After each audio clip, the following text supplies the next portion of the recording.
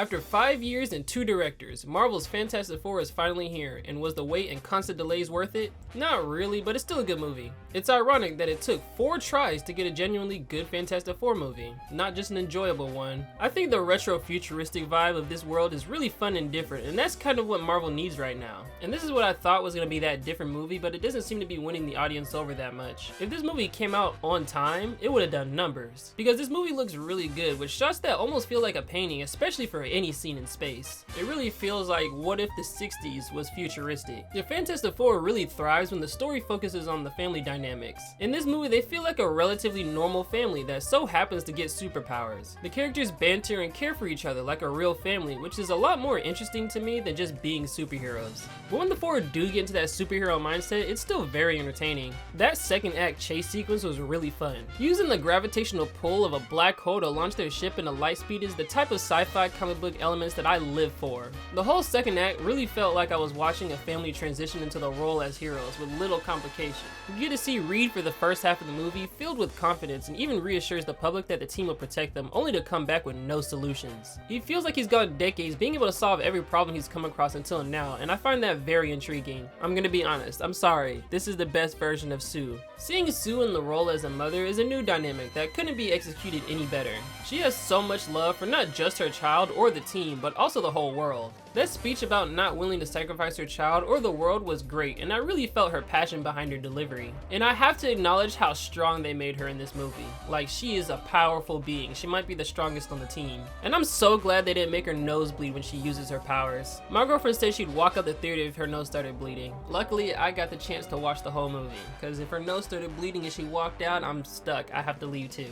Ben is pretty good in this movie. He's charming, he's charismatic, he feels like everyone's best friend. I love that the community itself loves him. A lot of people found it off-putting that Ben didn't have a deep, grovelly voice, but I find the regular voice kind of endearing. It humanizes him a little more, and it's a detail that I appreciate. There is that element to Ben's character where he wishes to be human again, and that's just barely touched upon, but at the same time, the movie itself doesn't focus on their origin. The movie is spending most of its time trying to figure out how to stop Galactus, so it doesn't have time to focus on how the four feels about being heroes. The same goes for Johnny. He is that playboy-esque type guy, and that part of his character really shines when he's interacting with the Silver Surfer, but for the most part, that's not the most important part of his character.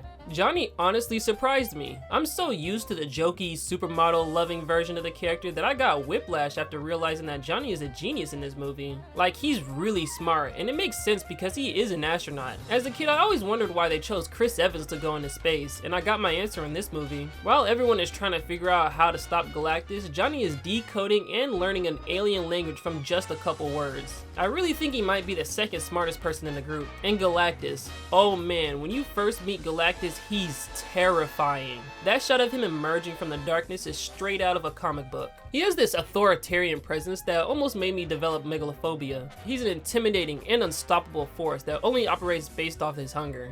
He feels like a being that is burdened by eternal starvation. I think he's supposed to be the metaphorical representation of gluttony. That might be wrong, and if it is, let me know. He has to constantly eat planets with the help of Silver Surfer. And speaking of Silver Surfer, let's get into some negatives. I like the Silver Surfer. I like Julia Garner's performance. I don't know much about Shia LaBeouf, only that she's the wife of Norrin Radd, so I was really hoping her story was a little different than Norrin's, but it's pretty much the same. She helps Galactus eat planets, feels bad about it later in the movie, then betrays Galactus in the end. It's pretty much the same character arc as Norrin from Rise of the Silver Surfer. Maybe it's the same in the comics too, but I don't know. I also have a small problem with the pacing. My brother felt like there wasn't enough action in the movie, and while there isn't a lot of action, I think there's only so much action you can have in a movie where the story revolves around the preparation for the action. But I think the time it takes to get to that action is a little confusing. There's 2 montage sequences in the movie that I didn't register as montages at first because they edited the end of the montage in the beginning. After Silver Surfer leaves, the very next shot is Reed asking Ben how long it will take the ship to boot up, and he says like 16 hours or something.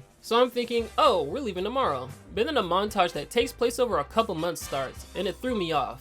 I feel like if the story is about a race against time, I should feel the passage of time. And during this passage of time, the public is mad at the team for not giving up their child so Galactus wouldn't eat the planet, and I feel like even that is glossed over. I feel like that's a plot point that could have been fleshed out a little bit more. And also, this isn't a pacing problem, this is kind of a nitpick, but Galactus' ship doesn't make sense. So how fast does this ship actually travel? They had to take a wormhole in order to get to his ship, but then I want to assume a couple months later, he's passing Jupiter. But it's okay, I'm not too mad at that. It's just a nitpick, these are all nitpicks. But at the end of the day, I really enjoyed this, and it's not a high bar to say it's the best Fantastic Four movie, but it does feel good to finally say that.